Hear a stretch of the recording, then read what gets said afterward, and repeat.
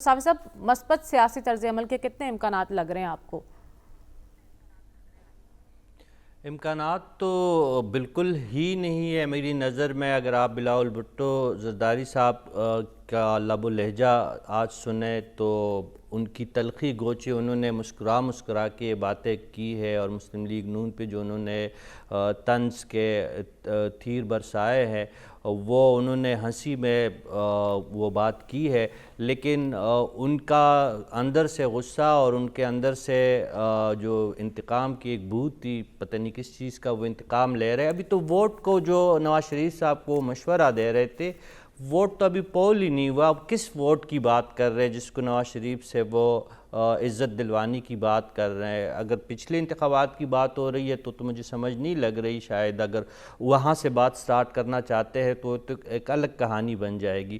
لیکن ابھی تو ووٹ کی نوبت آئی ہی نہیں ہے. تو پیپلز پارٹی کی تلخی جو ہے برقرار ہے. گوچے زرداری صاحب نے کوشش کی ہے کہ پرانی سیاست کا نمائندہ ہو کے بیٹے کو سمجھانے کی کوشش کی ہے کہ سیاست میں جوش اور جذبہ اور غصے کی بجائے مصالحت اور مفاہمت جو ہے سب سے اہم ہوتی ہے. تو اور آپ کہہ رہے بیٹا دوسری باپ کی بات جو بات ماننے کو کی تیار گئی، نہیں ہے دیکھیں پھر؟ بالکل نہیں. اگر چلے ڈنر بھی ہو گیا دبئی میں، مسکرا کے تصویریں بھی بنی، پھر کوئٹہ میں بھی پگڑیاں شگڑیاں بھی ایک دوسرے کو پہنائی گئی، لیکن آج کے پریس کانفرنس میں زرداری صاحب کے بیانیہ میں اور بلاول بھٹو کے بیانیہ میں تو زمین و آسمان کا فرق نظر آ رہا ہے.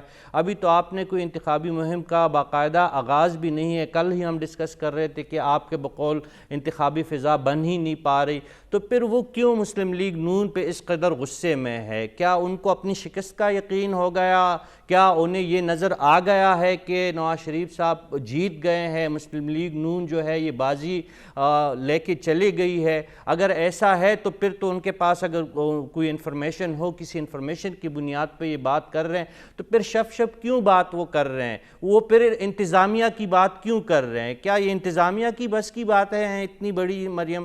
کیا انتظامیہ یہ کر سکتی ہے؟ یہ نگرانوں کی بس کی باتیں ہیں جو زرداری صاحب کے بیٹے فرما رہے ہیں؟ پھر کھل کے ہمیں بتائیں نا، عوام کو بتائے، اپنے ووٹرز کو بتائے کہ یہ کہانی اور یہ کھیل کھیلا جا رہا ہے. اگر یہ اس طرح جو ہے مبہم باتیں کی جائے گی تو میرے خیال میں لیڈر اس طرح نہیں بنتے. جس طرح آج راتوں رات گوہر علی خان کو لیڈر بنایا گیا ہے، دیکھیں یہ تسلیم نہیں ہوگا لانگ رن میں. ایک بادشاہ سلامت نے آرڈر جاری کیا جیل سے اور 15 منٹ میں چیئرمین شپ چینج ہو گئی. گو میں یہ مانتا ہوں کہ مسلم لیگ نون سے بھی زور زبردستی اسی الیکشن کمیشن نے اسی طریقے کا جو ہے الیکشن کروایا تھا. مسلم لیگ نون نے بھی یہی فارمیلٹی پوری کی تھی. پیپلز پارٹی میں بھی یہی ہوا تھا، ماں سوائے جماعت اسلامی کے کہ وہ ایک طریقہ کار کے تحت ہی اپنی تنظیم کا چناؤ کرتی ہے. ٹھیک باقی ہے. کوئی جماعت جو آج جس طرح پاکستان تحریک انصاف نے کیا، وہ اس سے الگ ان کا کوئی طریقہ کار نہیں ہے. میں صرف پی ٹی آئی کو مورد الزام نہیں ٹھہراتا، لیکن جس طرح آج 15 منٹ میں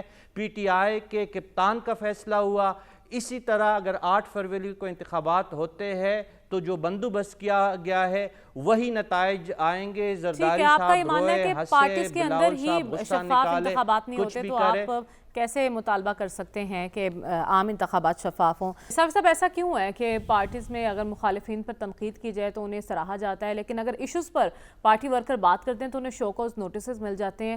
یہ کلچر تبدیل نہیں ہو سکتا؟ دیکھیں یہ کلچر تبدیل ہونا تو چاہیے، لیکن موجودہ وقت میں تو تبدیل ہوتا ہوا ہمیں نظر نہیں آ رہا ہے. دانیال العزیز کے جو بیان ہے آج، احسن اقبال صاحب کی گفتگو آپ سماعت فرمائے. دیکھیں انہوں نے کوئی ایسی مہنگائی تو ہوئی ہے، چلے انہوں نے نشاندہی غلط کی ہوگی کہ احسن اقبال کو انہوں نے مورد الزام ٹھہرایا ہو. اب انہوں نے ہمت نہیں کی ہوگی کہ نواز شریف صاحب کا نام لے سکے یا شہباز شریف صاحب کا یا اسحاق ڈار صاحب کا. وہ نام لینے کی بجائے انہوں نے احسن اقبال صاحب پہ تکیہ کیا.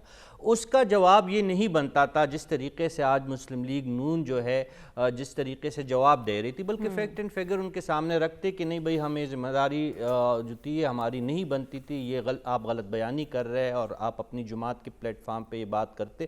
انہوں نے کوئی غلط بات نہیں کی. گو کہ ان کی سیاست سے کبھی بھی مجھے زیادہ زیادہ کوئی ان سے کوئی لگاؤ نہیں رہا یا ان کو میں اتنا زیادہ قریب سے جانتا بھی نہیں ہوں، لیکن اس طرح سے اپنے رہنماؤں کا اور اپنے کارکنوں کو جواب دینا اور ان کو شوکاز نوٹس جاری کرنا یہ کوئی مناسب بات نہیں ہے، یہ جمہوری رویہ نہیں ہے۔ اگر کوئی بات آپ کے مزاج کے خلاف کرتا ہے اور آپ اپنی جماعت کے لوگوں پہ برس پڑتے ہیں تو یہ میرے خیال میں اچھی بات نہیں ہے، اور یہ تسلسل ہے، یہ صرف مسلم لیگ نون کا المیہ نہیں ہے۔ آپ پیپلز پارٹی میں کہہ کے دکھائے، زرداری صاحب کے مزاج پہ جو بات گرا گزرے تو اب پھر آپ رہ کے دکھائے۔ یہ گوہر علی خان صاحب موجود تھے، یہ پیپلز پارٹی کے رہنما رہے ہیں، ان کے ٹکٹ پہ انہوں نے الیکشن لڑا ہے، ان سے پوچھیے نا کہ پیپلز پارٹی میں جو صوبائی تنظیم تھی ان کا رویہ ان کے ساتھ ابھی چند سال پہلے تک کس طرح رہا تھا، حالانکہ انہوں نے ٹیک ٹاک ووٹ لیے تھے ضلع بنیر سے، یہ جو ابھی پی ٹی آئی کے جو نئے کپتان بنے ہیں